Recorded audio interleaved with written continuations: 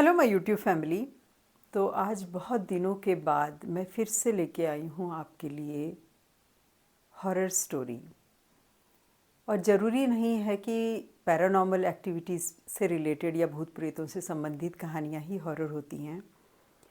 कभी कभी जीवन से जुड़ी हुई कई घटनाएं एक्सट्रीमली हॉरर होती हैं। बहुत दिनों से मेरे पास कोई भूत प्रेत से संबंधित या पैरानॉर्मल एक्टिविटी से संबंधित कहानी नहीं थी, लेकिन तभी घटित हुई एक extremely horror incident, I must say. और ये था अतुल सुभाष सुसाइड केस। कभी कभी हमारे जीवन में कुछ ऐसा घट जाता है या प्रारब्ध कमाई के हिसाब से कुछ ऐसे लोग जुड़ जाते हैं जो हमारा जीवन असह्य बना देते हैं। और हर इंसान की एक कैपेसिटी होती है किसी भी चीज़ को झेलने की। हर इंडिविजुअल की अलग कैपेसिटी है। कुछ लोग बहुत दुखों को एक अलग ढंग से टैकल करके उन सिचुएशंस को आगे बढ़ जाते हैं और कुछ लोग टूट जाते हैं।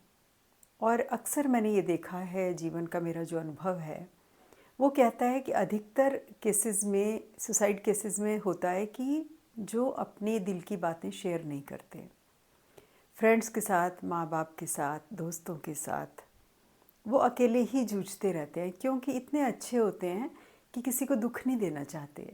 और अतुल सुभाष के केस में मुझे यही लगता है कि वो बच्चा किसी को दुख नहीं देना चाहता था। माँ बाप को बोलूँगा वो दुखी हो जाएंगे, भाई को बोलूँगा वो दुखी हो जाएंगे, और दोस्त भी इतने ज़्यादा कोई ऐसे फ्रेंड्स उनके जीवन में मुझे लगता है नहीं थे कि वो अपने जीवन से जुड़ी हर घटना शेयर कर पाते।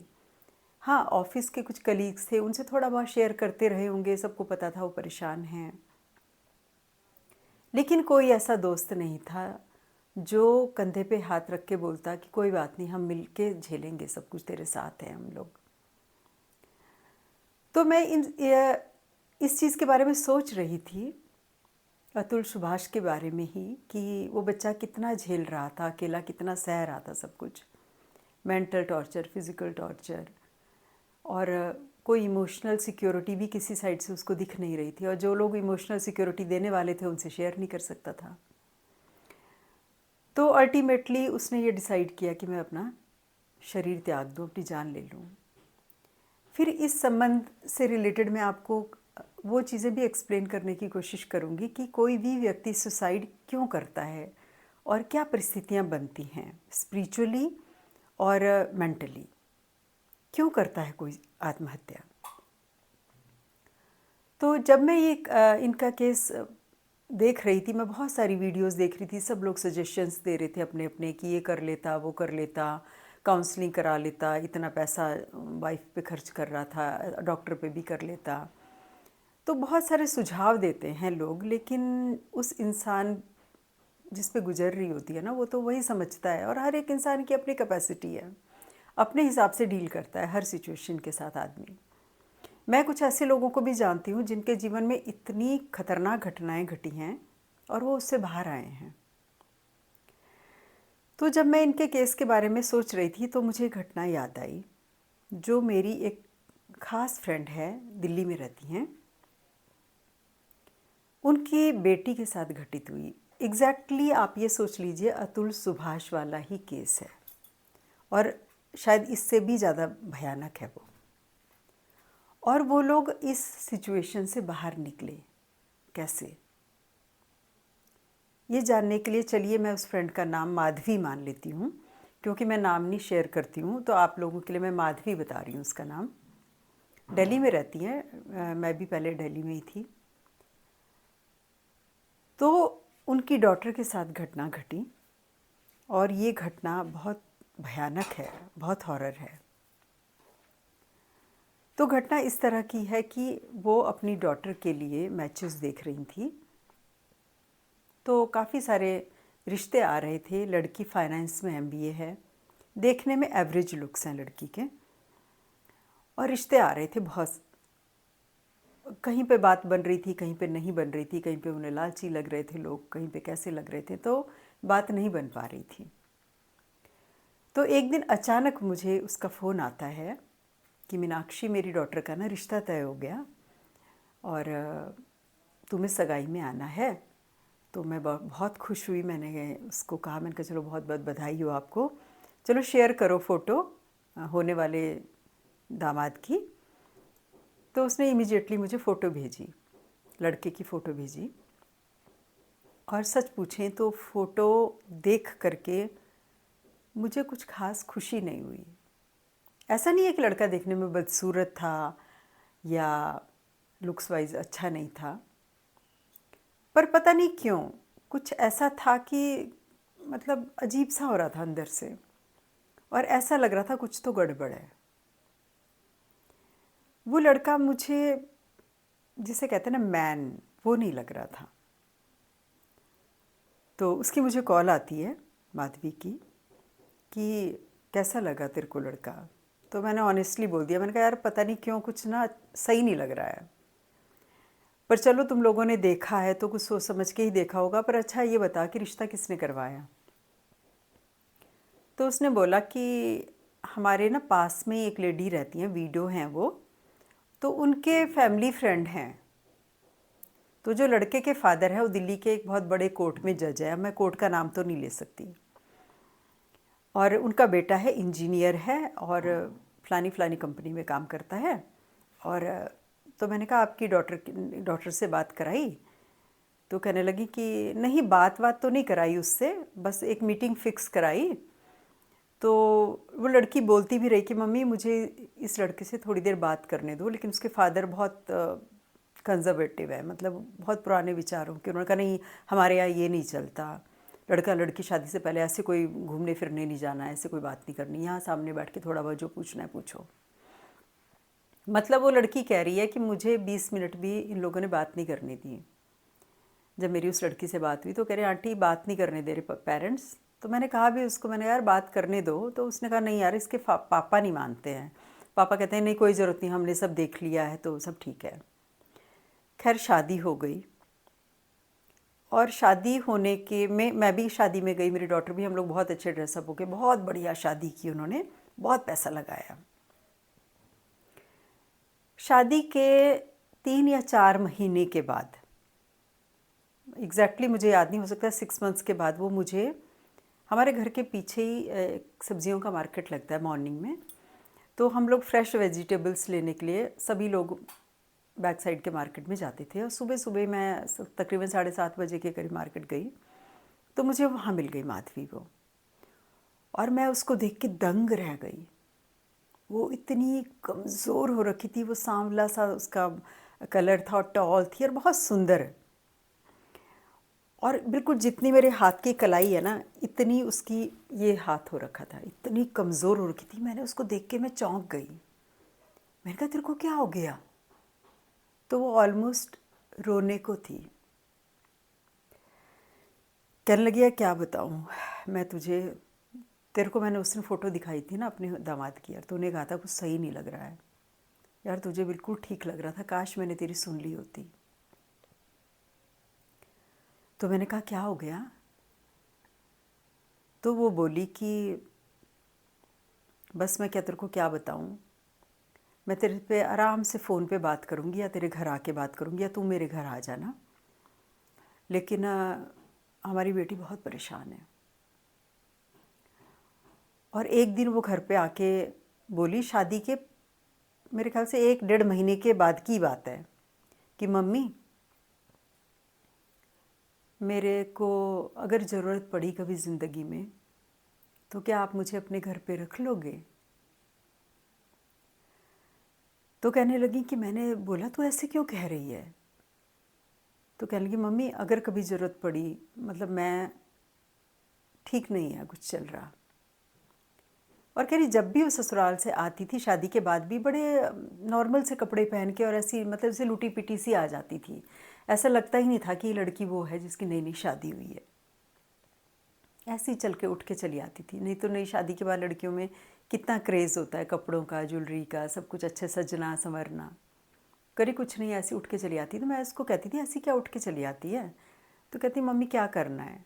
तो शुरू शुरू में तो उसकी माँ ने बोला शायद मतलब सीधी सिंपल सी लड़की है, इसको पहले भी सजने संवरने का शौक़ नहीं था, शायद इसीलिए बोल रही होगी। लेकिन जब उसने बाद में बहुत टाइम के बाद जब ये बात बोली कि मम्मी मुझे रख लोगे अपने घर में, तो मैंने कहा बेटा ऐसी बात क्यों कर रही हो, ऑफ कोर्स हम रखेंगे, तो हमारा बच्चा है।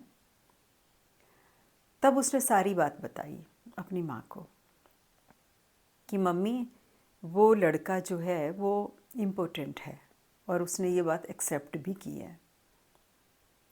और उसने ये भी कहा कि मैंने अपने माँ बाप से शादी के लिए मना किया था, लेकिन उसके पेरेंट्स ने ये बोला कि लड़की एवरेज लुकिंग है, उनको रिश्ते नहीं मिल रहे हैं, और वो बस एक कंपेनियन चाहती है जीवन में, तो इसलिए वो शादी के लिए रेडी हो गई है, उसको सब कुछ पता है।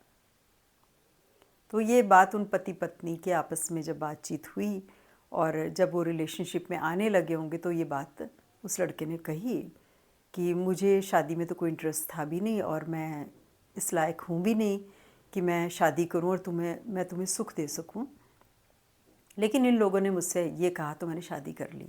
यानी कि लड़का एक तरह से अपनी जगह सही था, उसको मिसगाइड किया गया था, मिसलीड किया गया था और गलत इन्फॉर्मेशन दी गई थी, तो वो शादी के लिए रेडी हुआ, नहीं तो शायद वो ना भी होता। लेकिन ये लोग तो फंस चुके थे।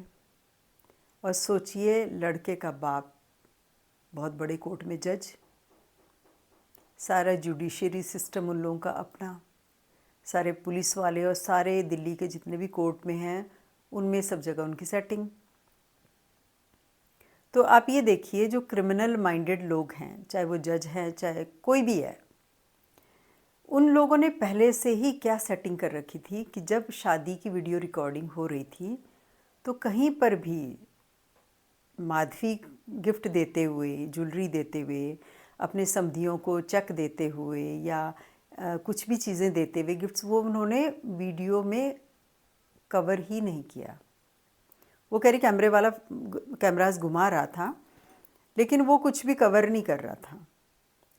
और ये माधवी कहती है हमने अपना कोई कैमरामैन नहीं किया था, उन्होंने कहा कि हम कर तो रहे हैं कैमरे वाला, क्या ज़रूरत है फालतू का खर्चा करने की। तो हमने भी सोचा ठीक है, हम लोगों को भी एक कॉपी मिल जाएगी, हम लोगों को भी कुछ वीडियोस मिल जाएंगी, तो क्या ज़रूरत है, क्योंकि वीडियोस वाले भी आज का 3-3, 4-4 लाख रुपए ले रहे हैं।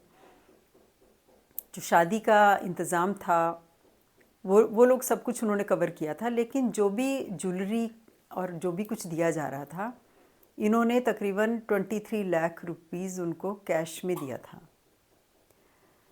वो अपनी खुशी से दिया था क्योंकि ठीक ठाक पैसे वाले लोग थे और अच्छी शादी की थी, वो कहीं कुछ भी नामो निशान नहीं उसका। और कहती हैं कि जब शादी सगाई के बाद लड़की के लिए या सगाई में जो कपड़े आए, जो मेकअप का सामान आया, कह रही वो बहुत एवरेज था। जो मेकअप का सामान था कह रही वो तो इतना घटिया था कि जैसे थर्सडे मार्केट और इन जो स्ट्रीट मार्केट्स में मिलता है ना, वो वाला सामान था। तो हमने उनसे कहा भी कि भाई ये इतना मतलब लो स्टैंडर्ड का सामान, ये मतलब आपको किसी ने चीट तो नहीं कर लिया है, या ये इस किस तरह का सामान है, मतलब इस तरह का कोई डिस्कशन हुआ होगा। तो वो कहने लगे कि हमें तो मेकअप वेकअप की ज़्यादा पहचान है नहीं, हमें किसी ने ला के दिया, हमने आपको दे दिया। इन्होंने भी सोचा शायद ऐसा ही हुआ होगा, लेकिन एक्चुअली में वो लोग सिर्फ दुनिया को दिखाने के लिए लड़के की शादी करना चाहते थे। और आप ये सोचिए, इतनी खतरनाक प्लानिंग थी। जब मैं उससे मिली, माधवी से, पूरी बात उसने मुझे बताई।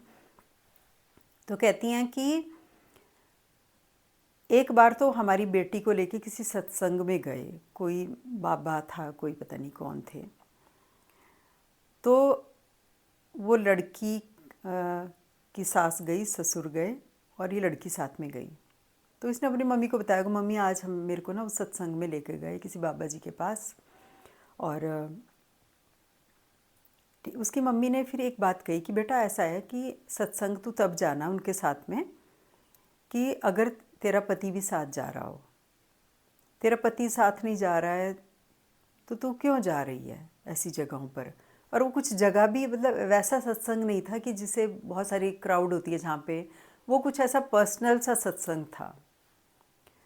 तो वो कह रही मुझे वो कोई गुरु भी नहीं लग रहा था मुझे, कह रही वो कोई तांत्रिक टाइप्स लग रहा था, लड़की ने घर पे आके बताया।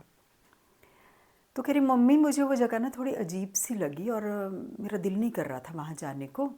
और ये अच्छी बात है कि उस लड़की ने सब कुछ शेयर किया अपने पेरेंट्स से, नहीं करती तो कॉन्सिक्वेंसेस बहुत डेंजरस होने वाले थे। तो मम्मी तो मैच्योर हैं, एज है उनकी, तो उन्हें जीवन देखा है, दुनिया देखी है। तो उन्होंने कहा बेटा तू ऐसी जगह ना जाना मत, अपने पति को लेके जाना जब भी जाना, और अपने हस्बैंड से बोलना कि मुझे ऐसी जगह अकेले नहीं जाना, आप चलोगे साथ चलोगे, मुझे नहीं जाना अकेले मम्मी पापा के साथ में। तो मुझे कह रही थी मीनाक्षी प्लानिंग ये थी कि किसी तांत्रिक के पास ले जाके कुछ ऐसा किया जाए, मॉलेस्ट कर दिया जाए उस लड़की को कि वो प्रेग्नेंट हो जाए, और बाद में वो चैलेंज भी नहीं कर सकते थे कहीं पर कोर्ट में या कहीं पर भी जाके कि लड़का इम्पोर्टेंट है, क्योंकि लड़की तो प्रेग्नेंट है। तो आप क्या कहोगे, या तो अपनी इज्जत बचा लो, या तो फिर लड़की पे चरित्रहीनता का इल्ज़ाम लग जाएगा कि लड़की कैरेक्टरलेस है जी, प्रेग्नेंट कैसे हो गई।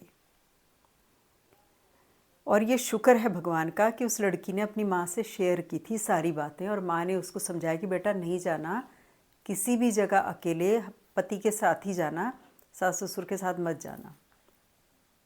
फिर उसने फिर जब लड़के से काफ़ी बातें करती रहती थी वो रोज़, क्योंकि वो लड़की बहुत अच्छी है और लड़का भी अच्छा ही था वो, तो उस लड़के ने लड़की के कहने पर डॉक्टर के पास भी गए, डॉक्टर की एडवाइस भी ले रहे थे वो लोग कि शायद इस केस में कुछ हो जाए। तो वो मेरी फ्रेंड मुझे कह रही है कि मीनाक्षी अच्छी बात ये थी कि वो मेरी लड़की जब भी डॉक्टर के पास जाती थी उनकी परमिशन से वो रिकॉर्डिंग कर लेती थी। वो इसलिए रिकॉर्डिंग करती थी कि डॉक्टर कुछ ऐसी चीज़ें बताता था जो लड़की ना मतलब सर झुका के सुनती रहती थी। तो डॉक्टर भी समझ रहे थे कि वो क्रॉस क्वेश्चनिंग इतनी कर नहीं पा रही है, तो कहती थी डॉक्टर साहब जो जो चीज़ें आप मुझे बता रहे हैं शायद मुझे याद ना रहें, तो मैं रिकॉर्डिंग कर लूँ ताकि मैं घर में जाके आराम से सुनूँगी। अभी मैं थोड़ा मतलब अनकंफर्टेबल सी हो रही हूँ आपके सामने। तो डॉक्टर ने कहा कोई बात नहीं, आप रिकॉर्डिंग कर लो, घर पर जाके आराम से सुनना, मैं क्या क्या आपको सलाह दे रहा हूँ उस हिसाब से आप अपना वैवाहिक जीवन को आगे बढ़ाओ, तो हो सकता है कि आप कंसीव कर जाओ या इसका इलाज हो जाए आदमी का, लड़के का। तो वो रिकॉर्डिंग करे रखती थी, और शुक्र है भगवान का कि उसने रिकॉर्डिंग करी हुई थी, क्योंकि वो रिकॉर्डिंग्स बाद में बहुत काम आई। क्योंकि उसके मन में छल कपट नहीं था, उस लड़के के मन में भी ये नहीं था कि उसके पेरेंट्स क्या प्लानिंग कर रहे हैं, लड़की को भी नहीं पता था कि सास ससुर क्या प्लानिंग कर रहे हैं, लेकिन उनकी प्लानिंग थी बहुत आगे तक की। तो वही मैं आपको अतुल सुभाष के केस से इसको रिलेट कर रही हूँ कि कितना ट्रॉमा होता है और कितनी कॉन्स्पिरेसीज होती हैं। जो बंदा विक्टिम होता है, जो उसमें से गुजर रहा होता है ना, वो समझ सकता है, क्योंकि इस लड़की ने शेयर कर लिया अपने पेरेंट्स के साथ सब कुछ, तो बहुत सारे रास्ते निकल आए। तो आप ये सोचिए, ये करते करते 18 महीने हो गए। जब इसने मुझसे बात की तो कहने लगी कि कोर्ट में हमने केस फाइल किया है डाइवोर्स के लिए, लड़की हमारे घर आ गई है अब, लेकिन किसी कोर्ट में हमारी कोई सुनवाई नहीं हो रही है। उनके घर के पास का जो कोर्ट था वहाँ पर कह रही उल्टे पुलिस वाले और उल्टे जो कोर्ट के लोग थे वो हमको सुबह से बिठा रखा है, 9 बजे से बिठा रखा है शाम के 4-5 बजे तक, और कोई हमारी सुनवाई नहीं हो रही है, उल्टा हम पे इल्ज़ाम लगा रहे हैं। NGO वाले भी, वो भी हमको समझाने पे लगे, हम ही को समझा रहा है सब हर कोई। तो कह रही हमने कहा कि भाई ये तो इम्पोर्टेंसी का केस है, इसमें तो सीधे ही डाइवोर्स होता है। तो कहने लगे अब क्या करें। तो हमारे एक रिलेशन में है, रिश्तेदारी में एक बहू है हमारी ही, वो पब्लिक प्रोसिक्यूटर हैं। तो मैंने उनसे सारी बात शेयर की, तो वो उनसे मिलने के लिए गई घर पे टाइम निकाल के। तो उसने कहा कि ये तो शादी को काफ़ी टाइम हो गया है और आपने लेट कर दिया है केस फाइल करने में, 18 महीने शादी को हो चुके हैं, तो अब ये कॉम्प्लिकेटेड हो गया है आपका केस, और आपको कोर्ट कचहरी के चक्कर काटते काटते सालों गुजर जाएंगे। और सोचिए जो वकील था उन लोगों का, मेरी फ्रेंड के जो लॉयर था, वो उनकी सोसाइटी में ही रहते हैं, 10 लाख रुपए पहले एडवांस में ले लिए उसने, और कह रही सारा काम जितना भी लिखने पढ़ने का काम है, पॉइंट्स निकालने का काम है, सारी मेरी बेटी से करवाते हैं। सुबह मेरे हस्बैंड और मेरी बेटी उनके ऑफिस में चले जाते हैं, जो सोसाइटी के पास में ही है, अंदर ही है, मतलब सोसाइटी में, एक ही सोसाइटी में वकील भी रहता है और वो लोग भी। कह रही सारे नोट्स इनसे बनवाएगा, सारे काम इनसे करवाएगा, और घुर की धमकी ऊपर से और है, क्या करें जी, ऐसा ही है। तो वो लड़की के फादर बार बार उनसे ये कह रहे थे कि आप जो कोर्ट का ये फाइल है इसमें लिखवाइए कि पति पत्नी के बीच में कोई भी शारीरिक रिश्ता नहीं है, ये क्लॉज ज़रूर होना चाहिए उसमें, क्योंकि हमें अपनी लड़की की आगे भी शादी करनी है। तो ये इस चीज़ पे बहुत ज़्यादा मतलब कोर्ट में ये कॉन्फ्लिक्ट हो रहा था, बहुत ज़्यादा डिस्कशन हो रहा था कि वो एक्सेप्ट करने को तैयार नहीं थे इस चीज़ को, लड़के के पक्ष वाले लोग। पहली बात तो हियरिंग ही स्टार्ट नहीं हुई थी उनकी, मतलब जो भी कोर्ट के बाहर जो बैठ के बातें होती हैं उसी में ये सब चीज़ें चल रही थी। तो आप ये देखिए कि कितनी ख़तरनाक सिचुएशन थी। तो जो पब्लिक प्रोसिक्यूटर है, हमारी रिश्तेदार जो थी, उसने थोड़ा इनडायरेक्टली एक हिंट दिया कि ये ऐसे केसेस ना सीधे रास्ते से सॉल्व नहीं होते। तो थोड़ी स्माइल किया उसने, तो हम भी थोड़ा थोड़ा समझ गए थे कि मतलब जैसे भगवान कृष्ण ने गीता में कहा है ना कि शठे शाठ्यम समाचरेत, कि दुष्ट के साथ दुष्टता का ही व्यवहार होता है। कुछ लोग सीधे रास्ते, अगर आप सीधा सीधा रास्ता अपनाओगे ना, आप उनके साथ डील ही नहीं कर सकते। तो अब उनको कुछ कुछ बात समझ में आने लगी थी कि ये पुलिस, कोर्ट कचहरी, कानून, इन सब के हिसाब से अगर हम चलने लगे तो कुछ होने वाला है नहीं। तो मैंने अपनी फ्रेंड से बोला, मैंने कहा तू अपने किसी स्ट्रॉन्ग रिलेटिव है जो तेरा ब्रदर वगैरह है, वो काफ़ी जिसे कहते हैं ना वेल ऑफ भी हैं और थोड़े हर तरह से मतलब सक्षम हैं डील करने में। तो उसने अपने ब्रदर के साथ सारी कहानी शेयर की। अभी तक तो नाते रिश्तेदारों में बात नहीं बताई थी, हर एक इंसान को होता है, लोक लज्जा समाज का भय तो होता ही है। तो अभी अभी ये थोड़े से ही लोगों को ये चीज़ें पता थी। फिर उसने अपने भाई के साथ अपनी शेयर की, भाई रहते हैं उसके पंजाब में। तो उसके ब्रदर ने ये बोला कि देख, ये केस तो अब मुझ पे छोड़ दे, अगर कंप्लीटली तो मैं इसको सॉल्व कर दूंगा, और तू बीच में नहीं बोलेगी कि मैं क्या कर रहा हूँ, कैसे कर रहा हूँ, बस। तो मेरे साथ जब उसकी बात होती थी, मैं कहती थी देखो ऐसी सिचुएशन में हर इलाज करो, तू मंत्र जाप भी करवा अपनी बेटी से, खुद पूजा पाठ भी कर, प्रेयर्स भी करो, कानून का भी सहारा लेते रहो, लेकिन सब कुछ करो, क्योंकि हर चीज़ आपके हाथ में नहीं है। तो उसने फिर किसी स्पिरिचुअल मास्टर से कांटेक्ट किया, उन्होंने उसको एक लड़की को मंत्र जाप करने के लिए दिया जो संध्या के समय किया जाता है। उन्होंने कहा ये मंत्र जाप कर तू, तो तेरी जो भी समस्या है, जो भी प्रॉब्लम है, उससे छुटकारा मिल जाएगा। तो उसने तंत्र मंत्र यंत्र सबका सहारा लिया और ये केस अपने ब्रदर पे छोड़ दिया। और उन्होंने अब कोर्ट कचहरी ये सब चीज़ें थोड़ा कम कर दी। उन्होंने कहा अब कोर्ट कचहरी बाद में देखा जाएगा, पहले अपने रास्तों से इसको हैंडल किया जाए। तो बहुत बाद में मुझे खबर मिली कि उसका मुझे फ़ोन आया और मैं उससे मिलने भी गई बाद में, कि हमारी बेटी का बड़े आराम से डाइवोर्स हो गया और पैसे भी वापस किए उन्होंने। मतलब मैंने कहा कितने पैसे वापस किए? तो कहती है बस ये समझ ले तो 1 रुपये में 75 पैसे मिल गए। तो मैंने कहा चलो कोई बात नहीं, 25 पैसे गए तो गए। तो मैंने कहा केस सॉल्व किया कैसे? तो अब यूट्यूब चैनल पे इस तरह से बताना ठीक है कि नहीं, ये मुझे नहीं पता, लेकिन आप समझ लीजिए किस तरह से सॉल्व किया होगा ये केस, किसका सहारा लिया होगा? धमकी का सहारा, ऑफ कोर्स। उन्होंने उस जज को किसी से धमकी दिलवाई कि अगर अपने लड़के की सलामती चाहता है तो चुपचाप डाइवोर्स पेपर पे साइन करवा ले, वरना ऐसा ना हो लड़के से हाथ धोना पड़े। और जो धमकी देने वाले थे वो भी कुछ गुरु ही रहे होंगे लोग। तो कहने का मतलब मेरा ये है कि उस लड़की ने शेयर किया और उसकी मदर ने भी कुछ अच्छे लोगों से शेयर किया जो सच में लगता था कि मदद करेंगे, और सब ने मिलके, हम लोगों ने मिलके रास्ता निकाल लिया। जितना उन्होंने खर्चा किया था, 1 रुपया खर्चा किया था, चलो 75 पैसे वापस आ गए, ये भी बहुत बड़ी बात है। नहीं तो कोई कसर नहीं छोड़ी थी कि वो लड़की सुसाइड करती। जॉब भी छोड़ दिया था उसने अपना, MBA फाइनेंस होके, और वो दिल्ली यूनिवर्सिटी टॉपर रही है लड़की। तो इतने अच्छे लोग, और उनको ऐसी स्थिति में पहुंचा दिया कि 18 महीने के अंदर अंदर माँ, बेटी और परिवार का हर सदस्य बिल्कुल स्केलेटन बन गया था। इतना मेंटल प्रेशर, इतनी टेंशन। कोर्ट में जाएं तो कोई सुने ना, कचहरी में जाए कोई ना सुने, पुलिस वाले ना सुने, तो आदमी कहाँ जाए? आप सोचिए, आत्महत्या ना करे तो क्या करे? लेकिन ऐसा नहीं है। अगर कहीं समस्याएं हैं तो कोई ना कोई समाधान तो ज़रूर है। ये अलग बात है कि उस समाधान तक हम पहुंच पाते हैं या नहीं, और समाधान तक पहुंच पाना भी उसकी कृपा से ही होता है। अगर परमात्मा अच्छे लोगों से मिलवाए, रास्ता दिखाए, तो हर परेशानी का हल है। और मैं ये मानती हूँ कि स्पिरिचुअलिटी ही एकमात्र एक ऐसा रास्ता है जो आपको हर समस्या का हल देता है। तो अब आते हैं इस बात पे कि कोई आत्महत्या क्यों करता है।